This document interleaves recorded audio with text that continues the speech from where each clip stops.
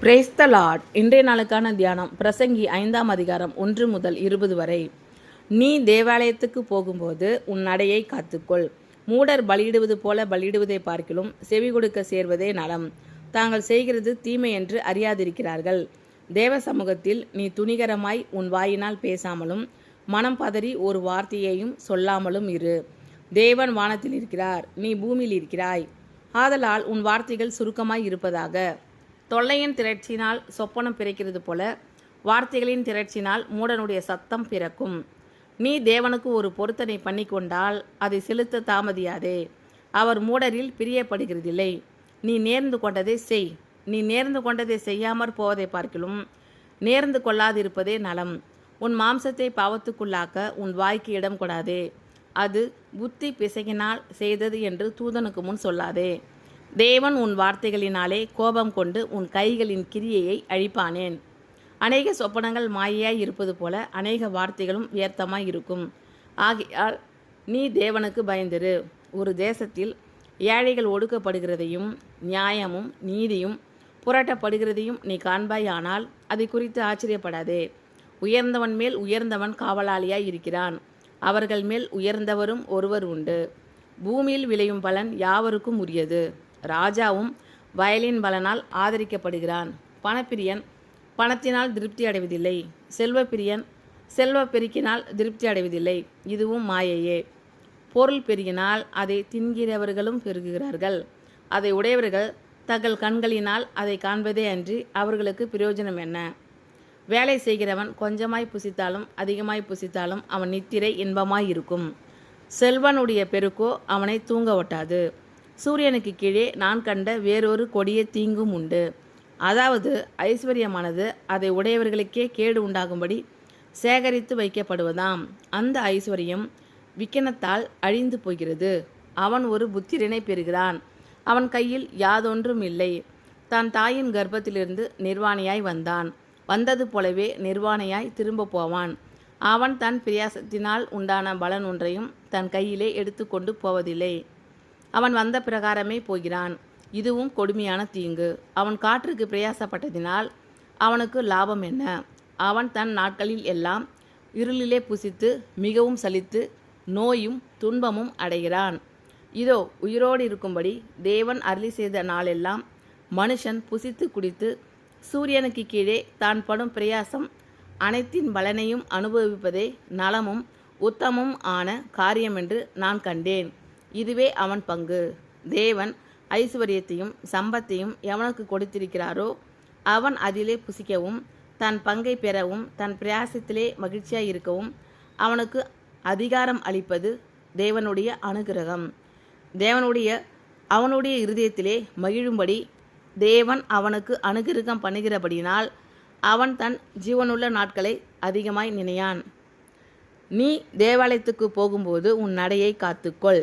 மூடர் பலியிடுவது போல பலியிடுவதை பார்க்கிலும் செவி கொடுக்க சேர்வதே நலம். தாங்கள் செய்கிறது தீமை என்று அறியாதிருக்கிறார்கள். தேவ சமூகத்தில் நீ துணிகரமாய் உன் வாயினால் பேசாமலும் மனம் பதறி ஒரு வார்த்தையையும் சொல்லாமலும் இரு. தேவன் வானத்தில் இருக்கிறார், நீ பூமியில் இருக்கிறாய்.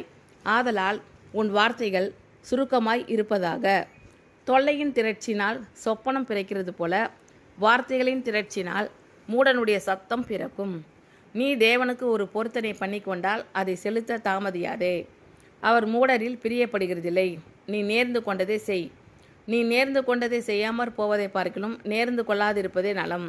உன் மாம்சத்தை பாவத்துக்குள்ளாக்க உன் வாய்க்கு இடம் கொடாதே.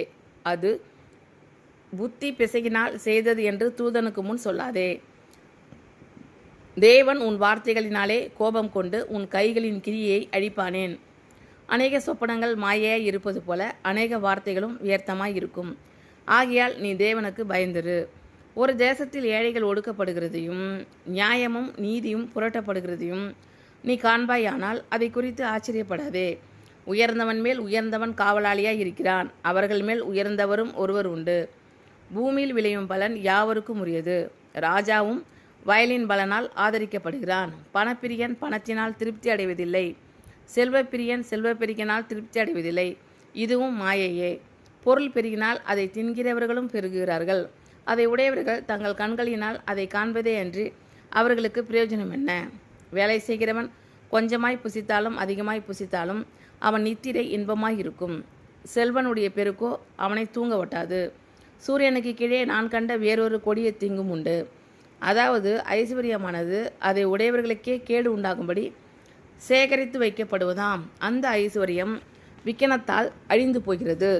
அவன் ஒரு புத்திரனை பெறுகிறான். அவன் கையில் யாதொன்றும் இல்லை.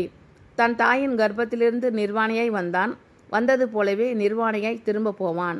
அவன் தன் பிரயாசத்தினால் உண்டான பலன் ஒன்றையும் தன் கையிலே எடுத்து கொண்டு போவதில்லை. அவன் வந்த பிரகாரமே போகிறான். இதுவும் கொடுமையான தீங்கு. அவன் காற்றுக்கு பிரயாசப்பட்டதினால் அவனுக்கு லாபம் என்ன?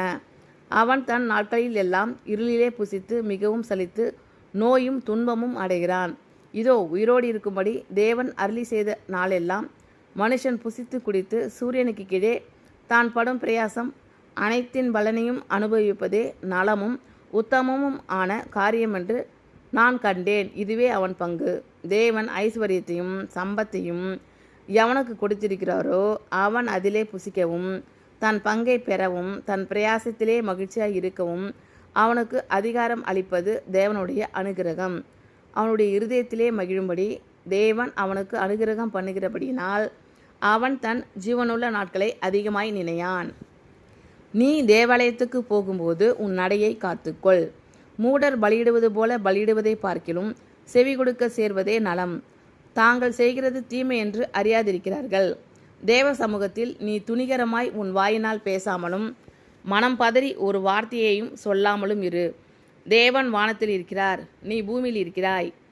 ஆதலால் உன் வார்த்தைகள் சுருக்கமாய் இருப்பதாக.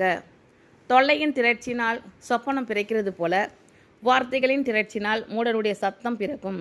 நீ தேவனுக்கு ஒரு பொருத்தனை பண்ணி கொண்டால் அதை செலுத்த தாமதியாதே. அவர் மூடரில் பிரியப்படுகிறதில்லை. நீ நேர்ந்து கொண்டதை செய். நீ நேர்ந்து கொண்டதை செய்யாமற் போவதை பார்க்கிலும் நேர்ந்து கொள்ளாதிருப்பதே நலம். உன் மாம்சத்தை பாவத்துக்குள்ளாக்க உன் வாய்க்கு இடம் கொடாதே. அது புத்தி பிசகினால் செய்தது என்று தூதனுக்கு முன் சொல்லாதே. தேவன் உன் வார்த்தைகளினாலே கோபம் கொண்டு உன் கைகளின் கிரியையை அழிப்பானேன். அநேக சொப்பனங்கள் மாயையாய் இருப்பது போல அநேக வார்த்தைகளும் வியர்த்தமாய் இருக்கும். ஆகையால் நீ தேவனுக்கு பயந்திரு. ஒரு தேசத்தில் ஏழைகள் ஒடுக்கப்படுகிறதையும் நியாயமும் நீதியும் புரட்டப்படுகிறதையும் நீ காண்பாயானால் அதை குறித்து ஆச்சரியப்படாதே. உயர்ந்தவன் மேல் உயர்ந்தவன் காவலாளியாய் இருக்கிறான். அவர்கள் மேல் உயர்ந்தவரும் ஒருவர் உண்டு. பூமியில் விளையும் பலன் யாவருக்கும் உரியது. ராஜாவும் வயலின் பலனால் ஆதரிக்கப்படுகிறான். பணப்பிரியன் பணத்தினால் திருப்தி அடைவதில்லை. செல்வப்பிரியன் செல்வ பெருக்கினால் திருப்தி அடைவதில்லை. இதுவும் மாயையே. பொருள் பெருகினால் அதை தின்கிறவர்களும் பெருகுகிறார்கள். அதை உடையவர்கள் தங்கள் கண்களினால் அதை காண்பதே அன்றி அவர்களுக்கு பிரயோஜனம் என்ன? வேலை செய்கிறவன் கொஞ்சமாய் புசித்தாலும் அதிகமாய் புசித்தாலும் அவன் நித்திரை இன்பமாய் இருக்கும்.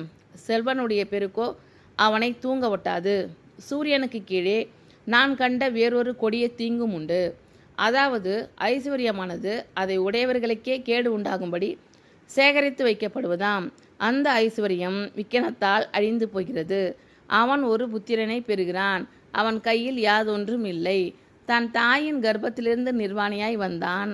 வந்தது போலவே நிர்வாணியாய் திரும்ப போவான். அவன் தன் பிரயாசத்தினால் உண்டான பலன் ஒன்றையும் தன் கையிலே எடுத்து கொண்டு போவதில்லை. அவன் வந்த பிரகாரமே போகிறான். இதுவும் கொடுமையான தீங்கு. அவன் காற்றுக்கு பிரயாசப்பட்டதினால் அவனுக்கு லாபம் என்ன? அவன் தன் நாட்களில் எல்லாம் இருளிலே புசித்து மிகவும் சலித்து நோயும் துன்பமும் அடைகிறான். இதோ உயிரோடு இருக்கும்படி தேவன் அருளி செய்த நாளெல்லாம் மனுஷன் புசித்து குடித்து சூரியனுக்கு கீழே தான் படும் பிரயாசம் அனைத்தின் பலனையும் அனுபவிப்பதே நலமும் உத்தமமும் ஆன காரியம் என்று நான் கண்டேன். இதுவே அவன் பங்கு. தேவன் ஐசுவரியத்தையும் சம்பத்தையும் எவனுக்கு கொடுத்திருக்கிறாரோ அவன் அதிலே புசிக்கவும் தன் பங்கை பெறவும் தன் பிரயாசத்திலே மகிழ்ச்சியாக இருக்கவும் அவனுக்கு அதிகாரம் அளிப்பது தேவனுடைய அனுகிரகம். அவனுடைய இருதயத்திலே மகிழும்படி தேவன் அவனுக்கு அனுகிரகம் பண்ணுகிறபடியினால் அவன் தன் ஜீவனுள்ள நாட்களை அதிகமாய் நினையான். ஆமென். Thank you Lord. கர்த்தர் உங்கள் அனைவரையும் ஆசீர்வதிப்பாராக. God bless you all.